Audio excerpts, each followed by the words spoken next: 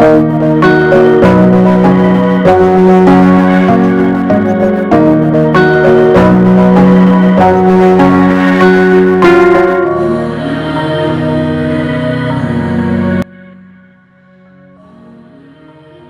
students, welcome to my channel. Ajir video to tami Gauss Theorem or second application tur bikhoy sam aru keitu hol electric field due to a plane sheet of charge. Ekhon plane sheet of charge ur kane tar nearby point tut electric field kiman hobo hetu calculate koribo lage. Orike prothom diagram to banai lo tar pisot tar mathematical calculation bor ami sam.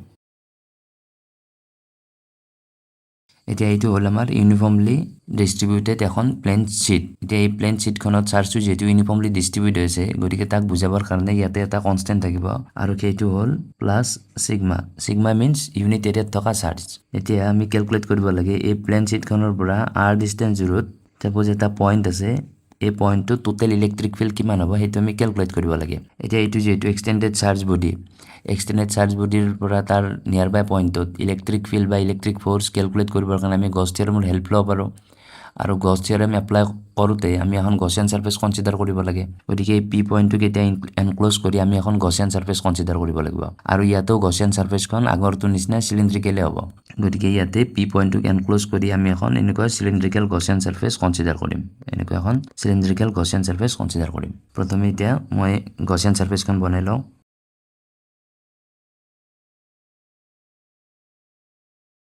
গটিকে ইয়াতে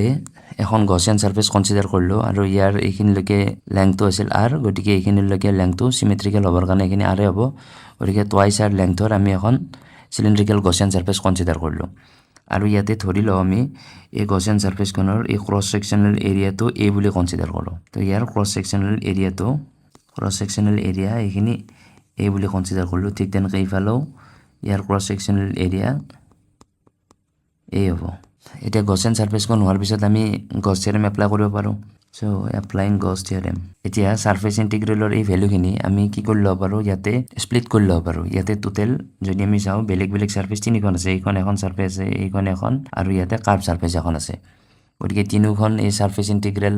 কৰি পেলাই আমি add কৰি দিলে এই Gaussian surface খনৰ total ইন্টিগ্ৰালটো আমি পাই যাম ইয়াতে এইখন সাৰফেসৰ নাম দিলে এইখন প্ৰথম সাৰফেস এইখন সেকেন্ড সাৰফেস আৰু এই কাৰ্ভ সাৰফেসখন এইখন 3 নম্বৰ সাৰফেস এতিয়া প্ৰথম সাৰফেস খনৰ কাৰণে আমাক কি লাগিব এটা এৰিয়া এলিমেন্ট লাগিব ঠিক তেনেকৈ সেকেন্ড সাৰফেস খনৰ কাৰণে এৰিয়া এলিমেন্ট লাগিব আৰু থাৰ্ড সাৰফেস খনৰ কাৰণেও এৰিয়া এলিমেন্ট লাগিব তো প্ৰথমে আমি এৰিয়া এলিমেন্ট খিনি মাৰ্ক কৰি লওঁ এতিয়া এক নম্বৰ সাৰফেস খনৰ কাৰণে ইয়াতে যদি আমি এৰিয়া এলিমেন্ট চাও এনেকুৱা টাইপ হ'ব এইখিনি আৰু এই এৰিয়া এলিমেন্টৰ ডাইৰেকশন ইফালে হ'ব আউটওয়াৰ্ড নৰমাল গতিকে এইটো হল ds1 আৰু এইখিনি জায়গাত একা লাগে ইলেক্ট্ৰিক ফিল্ডৰ ডাইৰেকশন আমি চাই এবোৰ যেটো পজিটিভলি চাৰ্জ ইয়াৰ কাৰণে কি হ'ব ৰেডিয়ালি আউটওয়াৰ্ডে হ'ব ইলেক্ট্ৰিক ফিল্ডৰ ডাইৰেকশনটো গতিকে ইয়াতে ইলেক্ট্ৰিক ফিল্ডৰ ডাইৰেকশন ইফালে হ'ব গতিকে ইয়াৰ পৰা আমি গম পালো প্ৰথম সাৰফেসখনৰ কাৰণে থিটাটো 0 ডিগ্ৰী হ'ব ই আৰু ds ৰ মাজত এটা সেকেন্ড সাৰফেস খনৰ কাৰণে যদি আমি চাও ইয়াতে এবাৰ স্মল এলিমেন্ট কনসিডাৰ কৰিলো গতিকে ইয়াৰ কাৰণে ডাইৰেকশন আউটওয়াৰ্ড নৰমাল হ'ব এইখন হল ds টোৰ ডাইৰেকশন আৰু ইয়াতে ইলেক্ট্ৰিক ফিল্ডৰ ডাইৰেকশন ৰেডিয়ালি আউটওয়াৰ্ড ডাইৰেকশনতে হ'ব গতিকে ইলেক্ট্ৰিক ফিল্ডৰ ডাইৰেকশন হলে তো আৰু সেকেন্ড এলিমেন্টৰ কাৰণেও এংগেলটো ইয়াতে 0 ডিগ্ৰী হ'ব নেক্সট আমি চাও এবাৰ 3 নম্বৰ সাৰফেসখন এতিয়া এই কাৰ্ভ সাৰফেসখন ইয়াতে মই এটা এলিমেন্ট কনসিডাৰ কৰিলো ইয়াতে এতিয়া এই এলিমেন্টৰ ডাইৰেকশন এৰে ভেক্টৰ ডাইৰেকশন ইফালে হ'ব ds3 আউটওয়াৰ্ড নৰমাল আৰু এইখিনি জায়গাত ইলেক্ট্রিক ফিল্ড যদি আমি চাও ইলেক্ট্রিক ফিল্ড ইয়াতে এতিয়াও ইফালে আউটওয়ার্ড নরমাল হ'ব গতিকে এই 3 নম্বৰ সাৰফেসখনৰ কাৰণে ইয়াতে আমি গম পালো এংগেলটো 90 ডিগ্ৰী হ'ব এতিয়া আমি ইন্টিগ্ৰেশনটো কৰিব পাৰিম এইখন ওভাৰে ক্লোজ সাৰফেস এতিয়া ইয়াৰ ভ্যালুটো কিমান হ'ব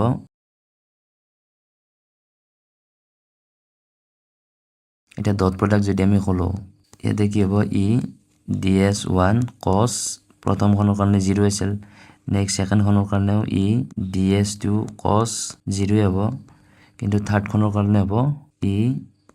ds3 cos 90 হ'ব q enclosed to as this থাকক q enclosed by epsilon naught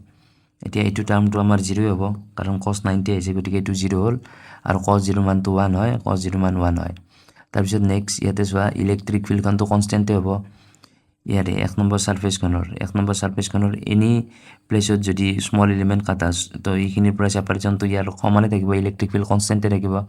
ঠিক তেনেকৈ ইয়াৰ পৰা এইখনৰো সেপাৰেশন আৰে হয় গতিকে ইয়াতে যেটো পইণ্টতে তুমি এলিমেন্ট কনসিডাৰ নকৰকে ইলেক্ট্ৰিক ফিল্ডখনটো কনস্ট্যান্ট থাকিব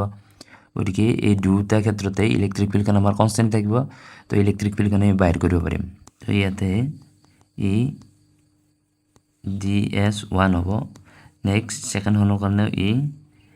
ds2 হ'ব আৰু থাৰ্ড খনৰ কাৰণে তো 0 হৈছিল এটো হ'ল আমাৰ q enclosed by epsilon naught এটা ds1 এটা ইন্টিগ্ৰেশন ds1 তাৰ মানে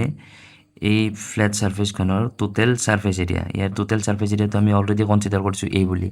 ঠিক তেনেকৈ এই খনৰ কাৰণে টোটাল সাৰফেস এৰিয়া তো a হয় গতিকে ইন্টিগ্ৰেশন ds1 মিন্স ইয়াৰ টোটাল সাৰফেস এৰিয়া তো এইখন হল a আৰু ইয়াৰো কি হ'ব a হ'ব এতিয়া ইয়াতে যদি আমি চাও q এনক্লোজৰ ভ্যালুটো এতিয়া এই গসিয়ান সাৰফেস খনে কিমান চাৰ্জ এনক্লোজ কৰি ৰাখিছে এতিয়া এই সাৰফেস খনে যিমান এৰিয়া কাটি ফালে গৈছে সেই এৰিয়াখিনি যিমান চাৰ্জ সেইখিনি এটো গসিয়ান সাৰফেস খনে এনক্লোজ কৰি ৰাখা চাৰ্জ হ'ব গতিকে ইয়াৰো এৰিয়া যদি আমি চাও গতিকে গসিয়ান সাৰফেস খনো কিমান ইয়াতে চাৰ্জ এনক্লোজ কৰি ৰাখিব এই এৰিয়াখিনি যিমান চাৰ্জ এনক্লোজ কৰি ৰাখিছে কাৰণ এই সাৰফেসখন তোমালোকে এনেকৈ ইমেজিন কৰা এটা বহিৰ পেজ বুলি আৰু সেই বহিৰ পেজটো এনেকৈ ভাৰ্টিকেলি প্লেস কৰা থাকিলে এনেকৈ কাটি ফালে পাৰ হ'ব গতিকে এই এৰিয়াখিনি যিমান চাৰ্জ এনক্লোজ থাকিব সেইখিনি হ'ব গোটেই গসিয়ান সাৰফেসখনত এনক্লোজ থকা চাৰ্জ আৰু ইয়াতে কিমান চাৰ্জ এটা থাকিব ইয়াৰ এৰিয়াটো গমে পাইছো আমি এইখিনিৰ এৰিয়াটো কিমান হ'ব আগৰ নিচিনা এইখিনিৰ এৰিয়া a হ'ব আৰু পাৰ ইউনিট এৰিয়াত যদি সিগমা চাৰ্জ থাকে তেনলি এইখিনি এৰিয়াত কিমান হ'ব চার্জ সিগমা ইনটু a হ'ব গতিকে এইখিনি হ'ল q enclosed এটা q enclosedৰ ভ্যালু কিমান হ'ব ইয়াৰ পৰা সিগমা ইনটু a এইখিনি ভ্যালু হ'ব sigma into a divide by epsilon naught এটা এইখিনি অলপ সিম্পলিফাই কৰিলে আমি পাম 2ea আৰু ইয়াতে থাকিল sigma a by epsilon naught দুফালৰ পৰা a কেনসেল আউট হ'ল এতিয়া আমাক লাগে ইলেক্ট্ৰিক ফিল্ডৰ ভ্যালুটো তো ইলেক্ট্ৰিক ফিল্ডৰ ভ্যালুটো আমি কিমান পাম সিগমা বাই 2 এপসাইলন নট এইটো হ'ল এখন প্লেন শীট অফ চাৰ্জৰ কাৰণে তাৰ নিয়াৰ বাই পইণ্টত ইলেক্ট্ৰিক ফিল্ড